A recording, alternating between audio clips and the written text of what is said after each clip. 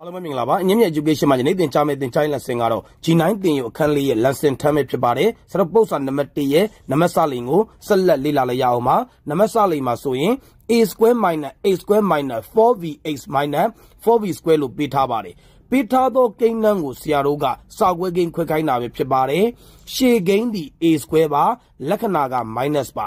a square minus 4vx minus 4v square ဒီနှစ်ထပ်ကိန်းဖြန့်ခြင်းပဲဖြစ်ပါတယ်ထို့ကြောင့် minus ကိုပုံထုတ်ပါတယ် a square ပါ minus 4v8 minus ကိုပုံထုတ်လိုက်ရင် plus 4v8 ပဲဖြစ်ပါတယ် minus ပုံထုတ်ရင် plus 4v square ပဲဖြစ်ပါတယ်ဆက်လက်ဖြည့်ရှင်းပါမယ် a square က a square ပါလက္ခဏာက minus ပါရှေ့ကိန်းနှစ်ထပ်ဒီ a square ပါလက္ခဏာက plus ပါရှင်းနောက်မြောက်ခြင်းရဲ့နှစ်ဆဖြစ်သည့်အတွက်နှစ်နဲ့မြောက်ပါတယ်ရှေ့ကိန်းဒီ h ပါ4b8 ပြန်ရအောင်နောက်ကိန်းဒီ 2b ပဲဖြစ်ပါတယ်လက္ခဏာက plus ပါနောက်ကိန်းကိုနှစ်ထပ်ပြောင်းပါမယ် 4b square ဒီ 2b the whole square ပဲဖြစ်ပါတယ်ဆရာတို့ရှေ့ကိန်းက a square ပဲဖြစ်ပါတယ်လက္ခဏာက minus ပါ